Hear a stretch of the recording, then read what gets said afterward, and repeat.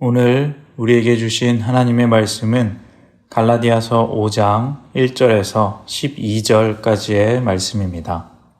하나님의 말씀을 봉독하겠습니다. 그리스도께서 우리를 자유롭게 하려고 자유를 주셨으니 그러므로 굳건하게 서서 다시는 종의 멍에를 매지 말라. 보라, 나 바울은 너희에게 말하노니 너희가 만일 할례를 받으면 그리스도께서 너희에게 아무 유익이 없으리라. 내가 할례를 받는 각 사람에게 다시 증언하노니 그는 율법 전체를 행할 의무를 가진 자라. 율법 안에서 의롭다 함을 얻으려 하는 너희는 그리스도에게서 끊어지고 은혜에서 떨어진 자로다. 우리가 성령으로 믿음을 따라 의의 소망을 기다리노니 그리스도 예수 안에서는 할례나 무할례나 효력이 없으되 사랑으로서 역사하는 믿음뿐이니라. 너희가 다름질을 잘하더니 누가 너희를 막아 진리를 순종하지 못하게 하더냐?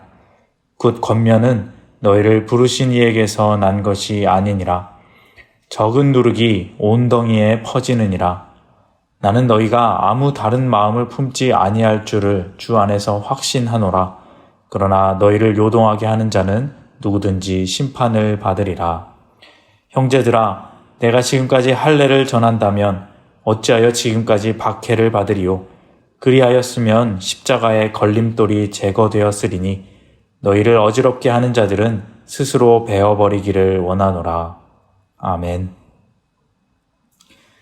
생텍쥐베리의 어린 왕자 중에 이런 이야기가 있습니다. 어린 왕자와 만난 여우가 헤어짐을 앞두고 나중에 다시 온다는 어린 왕자에게 이런 말을 합니다.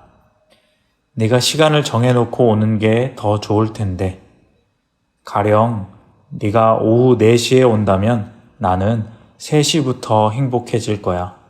시간이 가면 갈수록 그만큼 더 행복해질 거야. 네가 아무 때나 온다면 난 몇 시부터 마음 치장을 해야 할지 알 수가 없을 거란 말이야. 의식이 필요한 거야. 여우는 기다림을 마음 치장이라 설명합니다. 의식이라 말합니다. 시간을 정해놓은 기다림은 오히려 더 행복하고 의미 있다 말합니다. 그런 것 같습니다. 우리는 기약 있는 기다림을 더 좋아합니다. 마무리와 끝맺음은 우리의 마음을 안심시킵니다. 정해진 그때가 되면 끝나겠지. 그런데 이런 생각을 하다 보면 그런 어떤 끝과 마무리가 중요한 것이다라고 이 이야기가 뜻하는 내용을 결론 지을 수 있지만 사실 어린 왕자의 이 이야기에서의 여우의 말은 끝이 중요하다고 우리에게 말하는 것 같지는 않습니다. 끝을 정하고 그 정해진 마무리를 향해 가는 이 기다림이란 것에 가치를 두고 있습니다. 그렇게 기다리는 기다림이란 얼마나 아름답고 행복한 것인가를 말하고 있다는 것입니다. 그런 것 같습니다. 때로는 그렇게 결과, 마지막, 끝이라는 것에 너무 집착해서 이 기다림이란 순간의 가치와 행복을 잊어버릴 때가 우리는 있는 것 같습니다. 끝이 오는 것은 중요하지만 마지막은 분명히 있어야 하지만 그것이 분명해야 하는 이유는 그 끝으로 인해 기다림의 순간이 가치 있어지기 때문입니다. 행복은 그 바라던 소망을 기다리는 기다림의 순간부터 시작되는 것입니다. 하지만 사람들은 끝이 중요하기 때문에 끝이 분명해지는 것이 정말 중요하다 생각한 나머지 그 중간에 있는 기다림의 가치를 잊어버리기 시작했습니다. 어쨌든 결과만 좋으면 된다. 바울 시대에 갈라디아 사람들이 그랬습니다. 구원이라는 그 여정 속에서 어떤 확실한 증거를 원했던 것 같습니다. 눈에 보이는 어떤 행위적인 마무리가 있어야 했습니다. 그래서 그들은 그 마무리로 할례라는 것을 선택했습니다.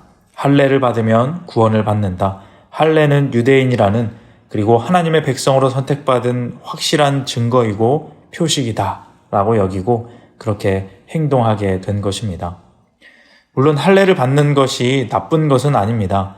하나님의 백성이라는 것을 확증하는 증거를 육체에 남기고 늘 기억할 수 있게 해주는 좋은 일입니다. 구약시대 하나님의 명령이기도 했습니다. 하지만 갈라디아 교회 사람들이 했던 실수는 할례를 행한 것이 문제가 아니라 그 할례의 행위가 모든 것이다 라고 생각한 것입니다. 할례만 받으면, 그러니까 갈라디아서에서 바울이 계속 엄히 경고하고 있는 것처럼 그러한 할례의 행위만으로 구원을 받았다고 확신하는 어리석음을 보이고 있다는 것입니다. 그래서 바울은 2절에 이렇게 말합니다. 보라, 나 바울은 너희에게 말하노니 너희가 만일 할례를 받으면 그리스도께서 너희에게 아무 유익이 없으리라. 사실 이 말은 틀린 말입니다. 틀린 말이지만 또 맞는 말입니다. 그게 무슨 말이냐 하실 텐데 이 구절을 가만히 들여다봅니다. 할례를 받으면 그리스도께서 아무 유익이 없다. 그럼 할례를 받은 사람에게는 예수님의 그 십자가의 속량하심이 적용되지 않는 것이냐? 그럴 수 없습니다. 예수님의 속량하심은 그 어느 누구에게나 차별 없이 임하는 사랑입니다. 더군다나 할례라는 것은 하나님의 백성이라 하는 증표인데 그것을 받았다고 해서 그리스도와 멀어진다는 말은 잘못된 말입니다. 그러면 바울은 여기서 왜 이런 말을 했을까? 이 말은 모든 사람에게 적용되는 말이 아니라 잘못된 교례를 가진 이 거짓 교사들에게 가르침을 받고 있는 갈라디아 교회 사람들에게 그 잘못되었음을 강조하기 위해서 좀 특별하게 하고 있는 이야기입니다. 그래서 이 말씀을 이 말 한 구절만 가지고 모든 사람에게 적용하면 안 됩니다. 할례만 행하면, 그러니까 그 행위만으로 구원을 얻는다 생각하고 그것만 바라보고 있던 이 갈라디아 교회 사람들에게 바울은 정말 강하게 강조하는 역설적인 어법을 써서 경고하고 있다는 것입니다. 3절 말씀입니다. 내가 할례를 받는 각 사람에게 다시 증언하노니 그는 율법 전체를 행할 의무를 가진 자라. 할례를 받는 사람은 율법 전체를 행할 의무를 가진 자다. 이 세상에 율법 전체를 다 행할 수 있는 사람은 없습니다. 못한다는 것이죠. 즉 불가능한 것을 말하는 것이고 그건 잘못된 생각이다 라고 말하는 것입니다. 이 말을 다른 말로 한다면 율법을 다 지킬 만큼 너희가 의롭지 않다라는 말입니다. 그래서 4절에 이렇게 말합니다. 율법 안에서 의롭다함을 얻으려 하는 너희는 그리스도에게서 끊어지고 은혜에서 떨어진 자로다. 너희 갈라디아 사람들, 그렇게 잘못된 율법을 따르며 진실한 믿음을 잊어버리고 할례 같은 행위만을 행하는 너희는 그리스도의 뜻에서 멀어지고 그 은혜에서 떨어지게 된다는 것입니다. 바울은 지금 갈라디아 교인들이 할례를 행해서 책망하는 것이 아닙니다. 할례를 하거나 하지 않거나 그게 중요하지 않습니다. 6절에 보시면 이렇게 나옵니다. 그리스도 예수 안에서는 할례나 무할례나 효력이 없으되 사랑으로서 역사하는 믿음뿐이니라. 아멘. 할례를 했냐 하지 않았냐 또는 무슨 행동을 예식을 보이는 어떤 규칙들을 행했냐 그렇지 않았냐가 중요한 것이 아니라 사랑으로 역사하는 믿음, 그것이 중요한 것입니다. 갈라디아 교회 사람들 겉으로는 그럴듯하고 예배도 하고 할례도 하며 하나님을 섬긴다 하는 사람들이었지만 그 마음 중심에 사랑으로 역사하는 믿음이 없었습니다. 이 믿음이 중요한 것입니다. 그렇다면 그 믿음이란 어떤 것이냐? 5절의 말씀입니다. 우리가 성령으로 믿음을 따라 의의 소망을 기다리노니 믿음은 의의 소망을 기다리는 것입니다. 지금 내 앞에 당장 와 있는 것을 믿는 것, 그것이 아닙니다. 보이지 않지만 장차 오게 될 그날, 그 나라, 그 의와 생명의 나라를 꿈꾸며 기다리는 것입니다. 그것이 바로 보지 못하는 것을 믿는 믿음입니다. 그런데 어떤 사람들은 조금 답답해합니다. 언제쯤 오시는지 알려주시지, 언제쯤 구원받을지, 언제쯤 평안해질지 궁금해하고 어려워합니다. 뭔가 확실해졌으면 좋겠습니다. 그리스도가 여기 있다, 저기 있다 하는 것도 또는 인생의 해답이 이곳에 있다 하며 허황된 하나님을 쫓게 만드는 현상이 오늘날에 있는 것도 그런 이유에서이지 않을까 생각해 봅니다. 우리는 본문의 말씀을 보며 이 갈라디아 사람들이 참 어리석다 생각할 수 있지만 사실 우리들도 마찬가지입니다.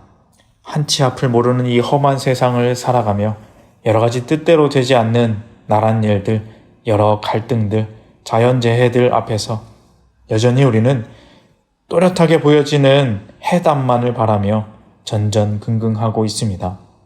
고민하고 열심히 살아봐도 여전히 해답을 모르겠습니다. 과연 참 인생의 해답은 어디에 있을까? 참 행복은 어디에 있을까? 묻습니다. 과연 어디에 있을까요? 행복한 믿음의 삶이란 무엇일까요? 바울은 말합니다. 성령으로 믿음을 따라 의의 소망을 기다리라. 여러분, 믿음은 딱 떨어지는 해답이 아닙니다. 해답을 위해 믿음을 찾으면 그야말로 미궁에 빠집니다. 믿음은 기다리는 것입니다. 갈라디아서에서 믿음 앞에 항상 따라오는 단어가 있는데 그건 바로 성령이라는 단어입니다. 성령으로 성령의 인도하심을 받아 살아가는 하루하루의 삶, 참된 소망을 바라보고 기다리며 조금씩 하늘나라를 이루어가는 삶. 지금은 내가 가진 것 같지 않지만 나는 부족하지만 그 나의 부족함 안에 예수님이 살아가시는 삶. 그게 바로 이 갈라디아서에서 바울이 말하는 나는 죽고 예수가 사는 삶입니다. 내 안에 겸손과 사랑의 예수님이 살아가시는 그 삶이 바로 이 세상 가장 행복한 삶, 믿음이라는 기다림의 가치를 아는 그리스도인의 삶인 것입니다. 사랑하는 성도님 여러분, 불안하고 안심할 수 없는 이 세상, 해답이 없는 것 같은 삶을 살아갈 때, 이럴 때 우리가 가져야 할 것이 바로 이 믿음입니다. 보여지는 할례의 어떤 증거로 만족하려는 것이 아닌 인간의 어떤 해답이 아닌 하나님을 소망하고 기다리며 오늘을 기쁨으로 사는 삶, 그것이 믿음의 삶입니다. 우리는 하나님을 믿고 기다림으로 이미 오늘 행복한 사람입니다. 그리고 그 행복으로 인해 마음이 넓어지며 이 험한 세상에 그리스도의 사랑을, 용서를 전달할 수 있는 그러한 성숙한 믿음의 사람이 되는 것입니다. 이 시간 함께 예배하시는 성도님들 모두 여전히 오늘도 하늘나라를 이루어 가시는 하나님의 그 계획 속에서 그것을 믿음으로 기다리며 기도하며 기대하는 그 행복을 경험하시는 복된 우리 모두의 삶이 다 되시기를 주님의 이름으로 소망합니다. 기도하겠습니다. 하나님 아버지 감사합니다. 우리가 하나님을 기다립니다. 하나님의 구원을 기다리는 이 시간, 오늘의 이 순간들이 우리에게 소망과 기쁨으로 다가오게 하여 주시옵소서.